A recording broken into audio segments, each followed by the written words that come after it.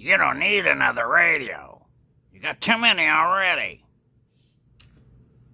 What you need is a job. You need a job so you can afford all this crap you keep buying. Now, I know what I need, and I don't need any grief from you, dick. Hello, and welcome to my channel. Well, yes, I should control myself. I have lots of radios. This one receives AM, like airband. I got it set up to Fort Worth air traffic right now, and police scan, and also I can pick up train maintenance and stuff on one of the frequencies, that 1/6 one. But let me turn this off. Now, these are all my shortwave radios, except for that one won't pick up shortwave. Now they make these kind of handheld radios that will get shortwave and CB radio and all that other stuff, but they're starting to get up there, and they still, have these little screens, and they're about this size, and around $100, somewhere around there. What these radios right here don't do is receive single sideband. And what that is when I guess I'm gonna draw on this, or I need a pencil. I got a pencil. I always carry a pen or a pencil or something with me. It's just a matter of getting to it. We'll use this guy.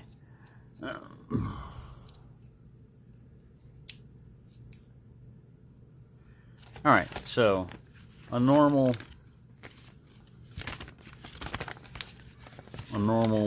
transmission would consist of, like, the main, that's what we call it, like the center frequency, the main frequency, and then depending on the transmission and everything else, you'll have these,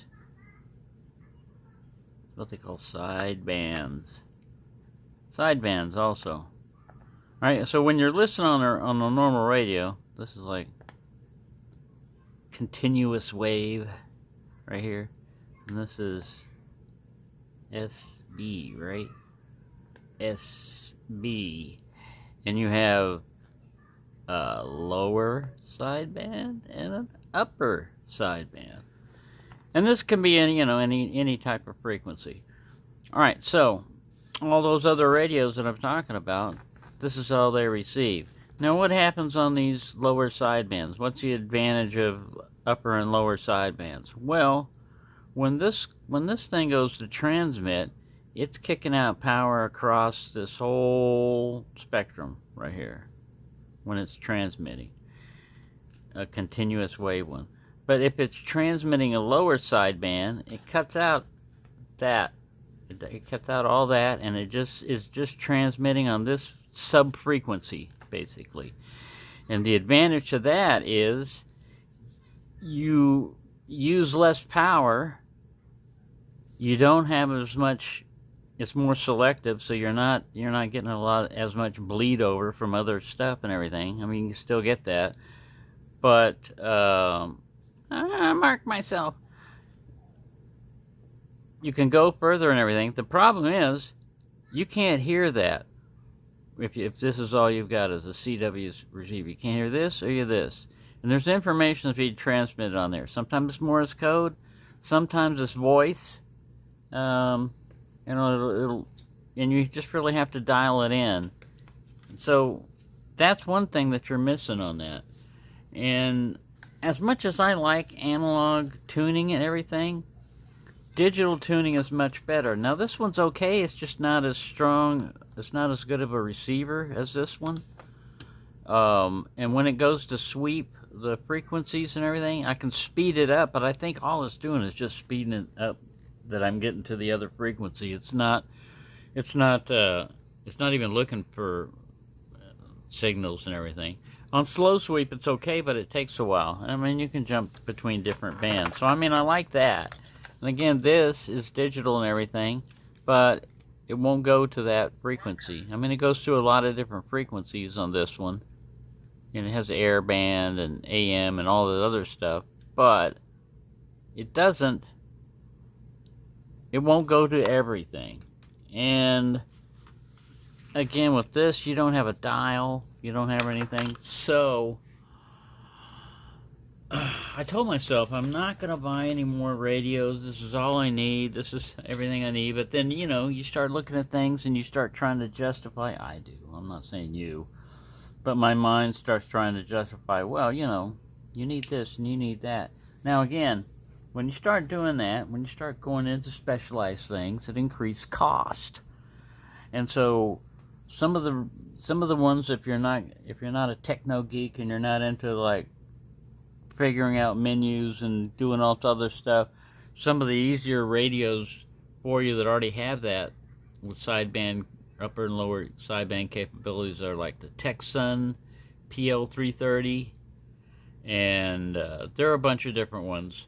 XH Data's got an 808. Again, that's around $100. So what I did was something different. It's not that, all right, when you go here and you go up, it's going to cost more money. Yes, but there's something else that is possible that I did, and it's still kind of crazy because I could have taken the equivalent money and gotten like a CC Crane or something like that, you know, some kind of higher end radio where you don't do a lot of stuff, it's from a radio, or something more like your tuning, you know, like old school tuning. So I went with the ATS 20 Plus, not the 25. They got a bunch of different ones and everything, but I went with the 20 Plus, which has a small little screen and it's just monochrome and everything. But they make another one called it's a mini spy radio, you know, and it's a little tiny thing and everything, but it's been upgraded, so it's got an amplifier in it, and it's got some other stuff in it, and it's got a nice little colored dial on it.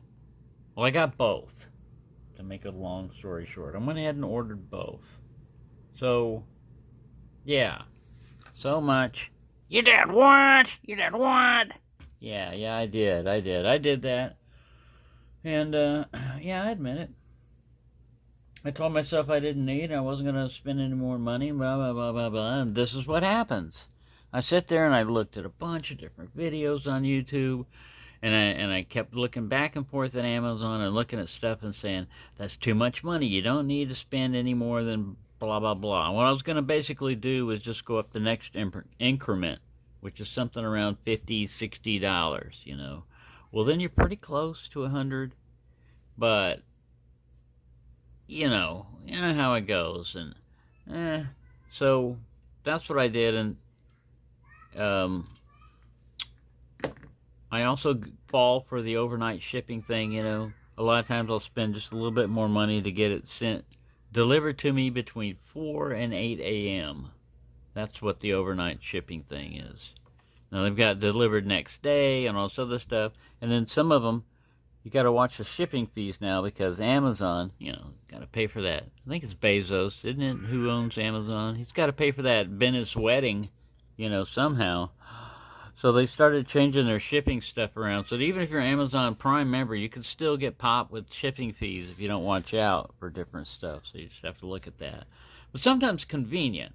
You know, like getting cat food right away and your cats are hungry, and it says between 4 and 8 a.m. Sometimes that's worth $3. You know, that's worth getting it.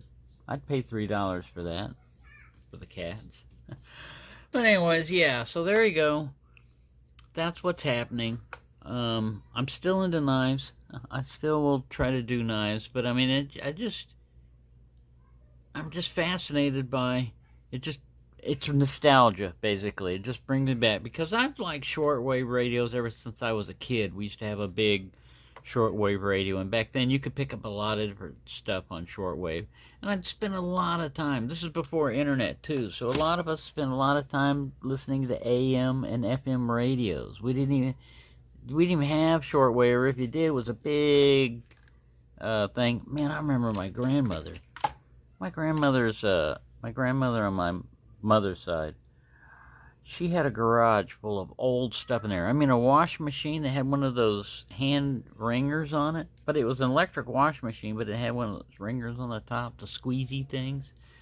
Old TVs, and she had a big old world band tube type radio, big stand-up type. But I just liked looking at the dials and looking at all the different, a lot of these countries are named something different nowadays. So that's what it is. Shortwave to me is just like a nostalgia thing, and it gets you away from, I mean, a lot of times there's not much out there, but sometimes all you get is like a tone, a signal tone, or religious programming.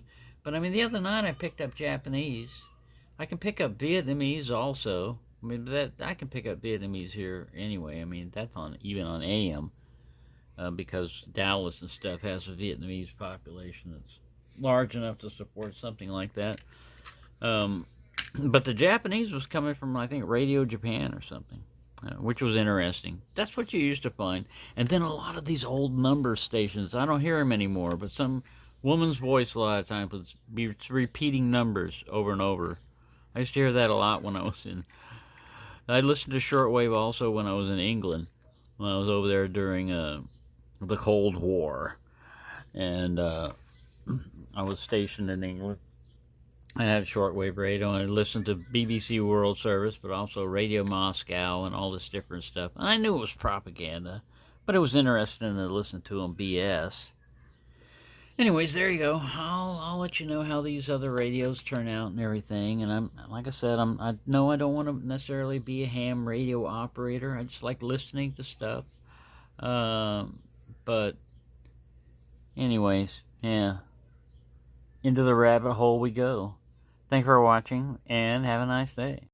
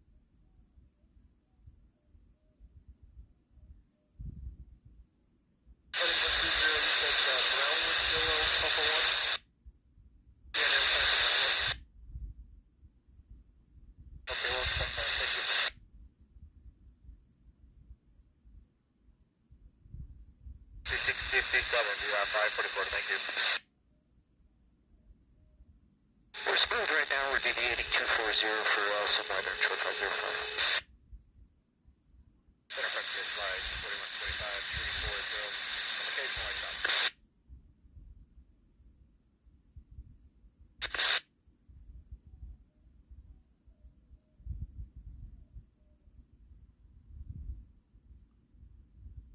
Brownwood, Zillow, Mobile 1, ABS, 55 Indian.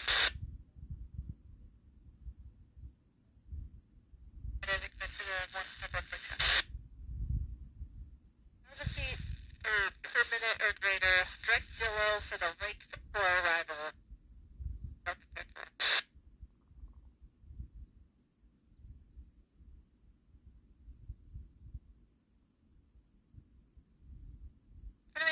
1300, Delta 1012.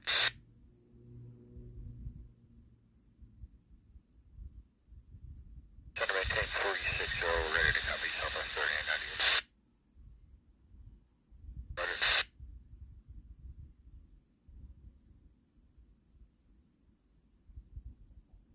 Present position, you want a right turn Brownwood, Willow, Popo, was it Popo arrival? Yes, sir, right turn to Brownwood, Gillow, and then the Popo 1, Delta 2675. Second 3044 is flight number 330, deviating for weather, 189 Alexandria.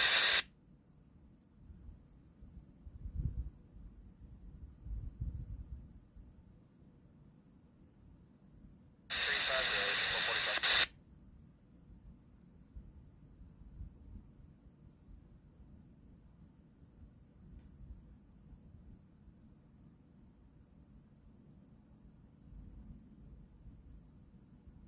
Ready to copy, 2504.